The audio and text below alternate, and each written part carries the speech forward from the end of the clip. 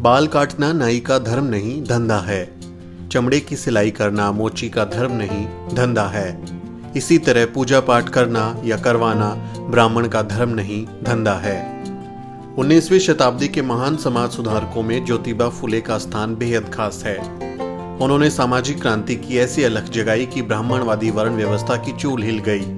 उनका मानना था कि समाज में धर्म पर निर्भरता के कारण किसी भी प्रकार का सुधार तब तक नहीं हो सकता जब तक धर्म में सुधार ना किया जाए। आइए आपको उनके 20 महान विचार बताते हैं जो ब्राह्मणवाद की बखिया उधेड़ देते हैं। ब्राह्मण दावा करते हैं कि वो ब्रह्मा के मुख से पैदा हुए, तो क्या ब्रह्मा के मुख में गर्भ ठहरा था? क्या महावारी भी ब्रह्मा के मुख में आई थी? और अगर जन्म दिया तो ब्रह्मा ने शिशु को स्तनपान कैसे कराया? स्वार्थी ब्राह्मण पंडितों ने आम लोगों, शूद्रों और महाशूद्रों को सदा के लिए गुलाम बनाए रखने और अपना स्वार्थ पूरा करने के लिए धर्म और पाखंड को इजाद किया और उसके समर्थन में अनेक झूठे ग्रंथों की रचना की, जिसमें केवल पाखंड और काल्पनिक कहानियां भरी पड़ी हैं, जिनके जाल में अनपढ़ अशिक्षित जनता को फंसाकर वे अपना उल्लू सीधा करना चाहते थे और प्राचीन काल से कर रहे थे। मंदिरों के देवी देवता ब्राह्मण पुरोहितों का ढकोसला हैं। दुनिया बनाने वाला एक पत्थर विशेष या खास जगह तक ही कैसे सीमित हो सकता है? जिस पत्थर से सड़क और मकान वगैरह बनाया जाता है उसमें देवता कैसे हो सकते हैं? अगर पत्थर में मंत्रों के जरिए देवता आ सकते हैं, तब तो मंत्रों के जरिए मुर्दों को भी जिंदा किया जा सकता है। अगर सबको बनाने वाला एक है और उसने ही सभी चीजों को सबके लिए बनाया है, तो फिर धर्म अनेक कैसे हो सकते हैं? जाति प्रथा धर्म नहीं है, बल्कि ये ब्राह्मणों की अन्य लोगों को नीच मानने की प्रवृत्ति है। किसी व्यक्ति द्वारा गुजारा करने के लिए किया गया कर्म उसका धंधा है, न कि धर्म। किसी भी व्यक्ति को सामाजिक समानता, राजनीतिक भागीदारी, धार्मिक आर्थिक स्वतंत्रता और पढ़ने लिखने से वंचित करना और उनका शारीरिक और मानसिक रूप से धर्म के आधार पर शोषण करना या शोषण को धर्म मानना क्रूरता और निर्दयता है। धर्म वो है जो समाज के हित में हो, समाज के कल्याण के लिए हो। जो धर्म समाज के हित में नहीं, वो धर्म नहीं है। मातंग आर्यों में जांचते ही खूने एक ही आत्मा जान दोनों में। दोनों समान सब खाते पीते इच्छा भी भोगते एक समान। मातंग आर्य दोनों शोभा मानव की, दोनों का आचरण एक जैसा। पूछता हूं सब हुए कैसे नीच, आर्य क्यों उच्च?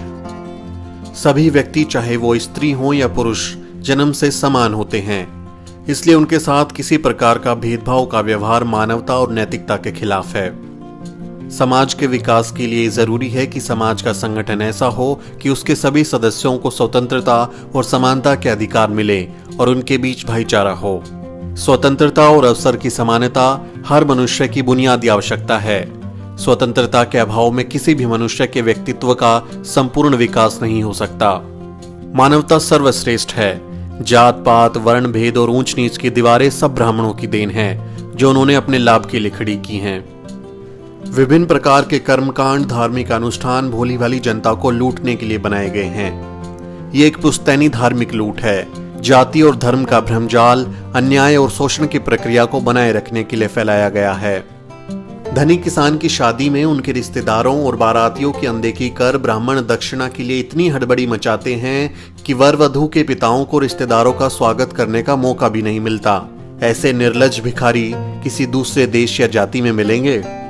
ब्राह्मणवादी अपनी घृणित सोच के कारण मैला खाने वाली गाय का पेशाब पीकर पवित्र होते हैं, लेकिन एक शूद्र के हाथ का साफ सुथरा पानी नहीं पीते। समाज में व्याप्त धार्मिक कट्टरता और अंधविश्वास सामाजिक एकता और बंधुता में सबसे बड़ी रुकावट है। जब तक समाज में प्रचलित वर्ण धर्म और जाति प्रथा का उन्मूलन नहीं किया जाता और समाज का संगठन समानता के आधार पर नहीं किया जाता, तब तक सामाजिक एकता नहीं हो सकती और एकता के अभाव में समाज या देश का संपूर्ण विकास नहीं हो सकता। अगर ब्राह्मण विद्वानों को सही में सभी लोगों में एकता स्थापित करने और देश के उत्थान की चिंता है, तो सबसे पहले उन्हें वर्ण धर्म को जल समाधि दे देनी चाहिए और सभी के साथ समानता का व्यवहार करना चाहिए। तभी समाज में वास्तविक एकता स्थापित की जा सकती है और देश का उत्थान हो सकता है। विद्या बिना गई मति, मति बिन गई गति, गति बिन गई नीति, नीति बन गया वित्त, वित्त बिन चरमराए शूद्र, एक अविद्या ने किए कितने अनर्थ। राष्ट्रपिता ज्योतिबा फुले और क्रांति ज्योति माता सावित्रीबाई फुले के ये विचार बहुजन समाज को हमेशा प्रेरणा देते रहेंगे।